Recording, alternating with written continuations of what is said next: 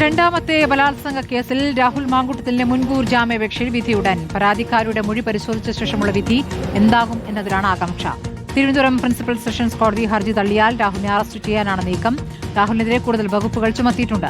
അതേസമയം അതിജീവിതയെ അധിക്ഷേപിച്ച കേസിൽ സന്ദീപ് വാര്യർക്ക് താൽക്കാലിക ആശ്വാസം. ഈ മാസം 15 വരെ അറസ്റ്റ് ഉണ്ടാകില്ല എന്നാണ് പ്രോസിക്യൂഷൻ അറിയിച്ചത്. രാഹുൽ ഈശ്വരനെ നാളെ 11 മണിവരെ കസ്റ്റഡിയിൽ വിടുകയും ചെയ്തിരിക്കുന്നു.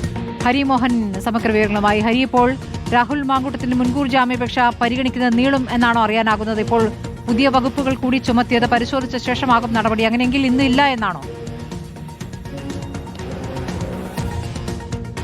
സ്മൃതി, ഏറ്റവും ഒടുവിലായി ലഭിക്കുന്ന വിവരങ്ങൾ പ്രകാരം 2:30 കേസെടുക്കും, അല്ലെങ്കിൽ ജാമ്യാപേക്ഷ എടുക്കും എന്നുള്ളതാണ് നമുക്ക് മനസ്സിലാക്കാൻ സാധിക്കുന്നത്. ആ സമയത്ത് വിധി ഉണ്ടാകുമോ എന്നുള്ള കാര്യത്തിൽ മാത്രമാണ് ഒരു സംശയം നിലനിൽക്കുന്നത്. കാരണം അധികമായി ഒരു പോലീസ് റിപ്പോർട്ടും മറ്റു ചില തെളിവുകളും കൂടി പ്രോസിക്യൂഷൻ ഹാജരാക്കിയതിനെ തുടർന്നാണ് അവ പരിശോധിക്കാൻ ഈ സമയമെടുക്കുന്നത്. അതുകൊണ്ട് ഇന്ന് 2:30 വീണ്ടും ഇത് എടുക്കുന്ന സമയത്ത് വിധിയാണോ ഉണ്ടാവുക എന്നുള്ളതാണ് ഏറ്റവും പ്രധാനപ്പെട്ട കാര്യം. അതായത് പോലീസ് റിപ്പോർട്ട് എന്ന് പറയുമ്പോൾ അധികമായി ചില വകുപ്പുകൾ ചുമത്തിയിട്ടുണ്ട്. തടഞ്ഞുവെക്കൽ, ഭീഷണിപ്പെടുത്തൽ അടക്കമുള്ള ചില വകുപ്പുകൾ, പിന്തുടർന്ന് ശല്യപ്പെടുത്തൽ അടക്കമുള്ള ചില വകുപ്പുകൾ കൂടി രാഹുൽ മാങ്കൂട്ടത്തിനെതിരെ ചുമത്തിയിട്ടുണ്ട്. യുവതി നൽകിയിട്ടുള്ള പരാതിയുമായി ബന്ധപ്പെട്ടുകൊണ്ടാണ് ഈ അധിക വകുപ്പുകൾ ചുമത്തിയിട്ടുള്ളത്. അതുകൂടാതെ യുവതിയും രാഹുൽ മാങ്കൂട്ടത്തിലുമായി അക്കാലത്ത്, അതായത് 2023 കാലഘട്ടത്തിൽ നടത്തിയിട്ടുള്ള വാട്സപ്പ് ചാറ്റ്, അതിന്റെ പൂർണ്ണ രൂപം കൂടി കോടതിയിൽ ഹാജരാക്കിയിട്ടുണ്ട് എന്നുള്ളതാണ് മനസ്സിലാക്കുന്നത്. കഴിഞ്ഞ ദിവസങ്ങളിൽ ഒന്നും പരിഗണിച്ച സമയത്ത് ഇക്കാര്യങ്ങൾ ഉണ്ടായിരുന്നില്ല. ഇന്ന് അധികമായിട്ട് പ്രോസിക്യൂഷൻ ഈ തെളിവുകൾ ശേഖരിച്ച് അത് സമർപ്പിക്കുകയായിരുന്നു എന്നുള്ളതാണ് മനസ്സിലാക്കാൻ സാധിക്കുന്നത്.